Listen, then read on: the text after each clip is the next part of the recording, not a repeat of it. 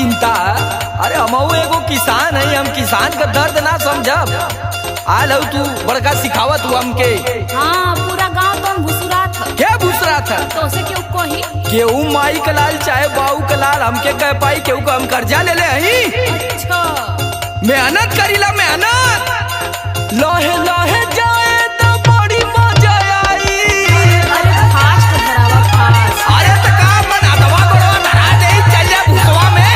ओरे ना समझ में आवत है कुल बात। एक तो पर कसवा उधार लेके सुधार ना करत है। लोहे लोहे जाए तो बड़ी मजा आई, लोहे लोहे जाए तो बड़ी मजा आई।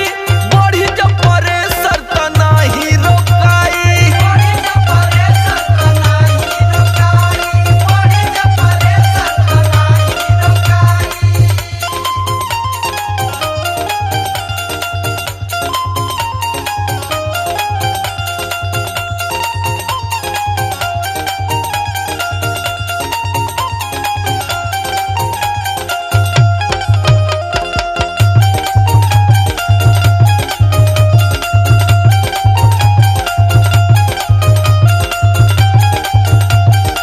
हाँ, तो पूरा गांव में बिगाड़ करा देला तू दवरी करे। हाँ, तोरे मित्रता में शत्रुता पैदा होती है, हम देखा थे।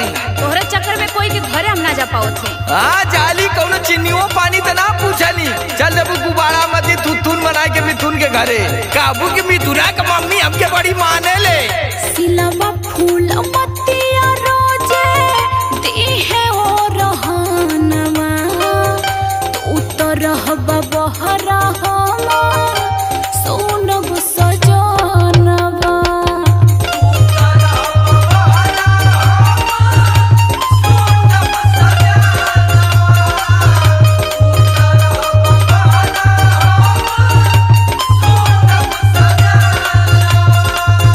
सिलवा फूल मतिया रोजे दी है ओ रहनवा, तू तो रहबा बहरा हमार सोनब सजनवा। आ छोड़ा, तोके समझोले कोनो फायदा बा? घंटा में बेसी खिची हमरो मजा आए।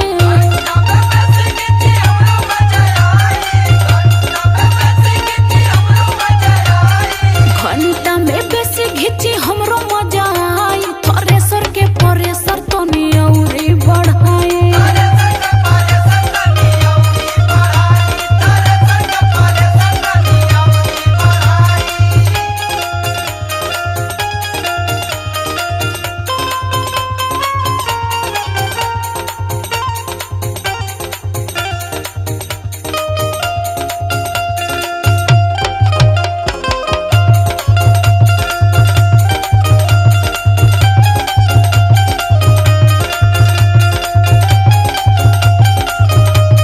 तनी गांवपुर में व्यवहार बना के न रहल जाला, तबे न काम करबा। अरे तो का हमके चुनाव लड़े के हा? अरे नाही हो, तब थ्रेसरवा कैसे चली? कैसे जात हुआ दाम में? अरे हम बिजनेस मैन नहीं, हम अगर लगी चली व्यवहार बनाओ ते डीआर मती हमरो थ्रेसर और ट्रैक्टर कुल बिक जाई तुरंत। तोहरा